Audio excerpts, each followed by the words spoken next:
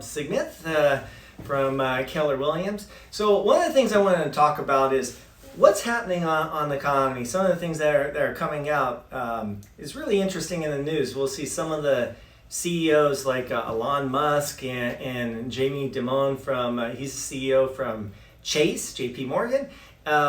It was really interesting. He thinks that there's going to be an economic hurricane. Now, although I would say don't take such a conservative approach of the White House saying, oh, things are amazing, we got 390,000 new jobs, but I do think Jamie Dimon has definitely some concerns that we are seeing, right? Interest rates he's concerned about the interest rate hikes, Ukraine war.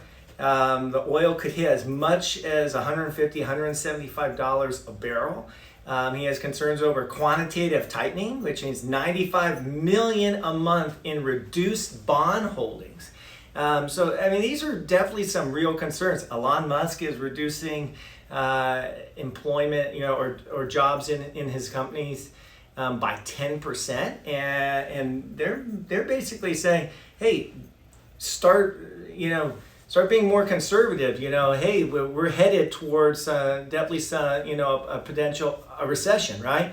Well, as we know that the GDP debt is down 1.4% for the first quarter. So what's going to happen to the second quarter? Well, we certainly can't wait until we're past the second quarter. That's the problem, is that people love to wait until it's too late, until you don't prepare. So again, unemployment is low, right? We're at 3.6%. Rates over 5%, though, that's an all-time really high since 2009. And of course, all you guys remember since the housing crisis, 2008, and what happened in that. I think when the White House talks about jobs and what's going on, the biggest thing is not to panic sell, right? We don't want investors to panic sell on Wall Street. We don't want sellers to panic sell on the housing market and have a huge surge all at once, because we saw what happened in 2008. The lending practices are very different. It's very unlikely that we'll have even huge corrections, but every market is different, and I would tell you that there's a lot of speculative investors. And there are some markets with like a ton of investors that bought for like Airbnb properties, and we're seeing slowdowns in some vacation areas.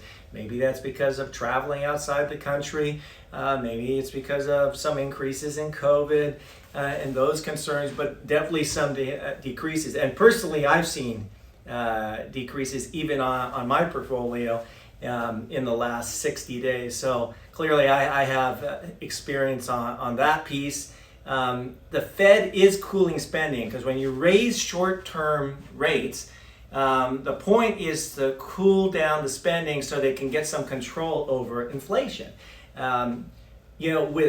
With the job market being so hot, they have to raise prices to support the increased labor costs. So you got increased labor costs, and you have gas. The inflation is basically all-time high. So again, you should be really growing your emergency funds. I would say that if it's the right time to buy or sell, there's always a right time to buy or sell for particular reasons, right? If you're buying for long term, you shouldn't be waiting on the sidelines, because those type of buyers always wait. It's never a good time. And I always think it's always a great time to buy, to be honest. If you look at the trajectory of increases of prices in California, we only saw a big spike, and that was between 2008 and 2010 and recovery, so we had some significant recovery over time. So the ones that didn't stay on the sidelines bought. So again, don't panic sell, but you should be increasing emergency funds, and you should be prepared that, if your company isn't as stable and they have to make cuts, there definitely could be, cuts on jobs if we continue to go into a recession. So that's my take, Bob from Keller.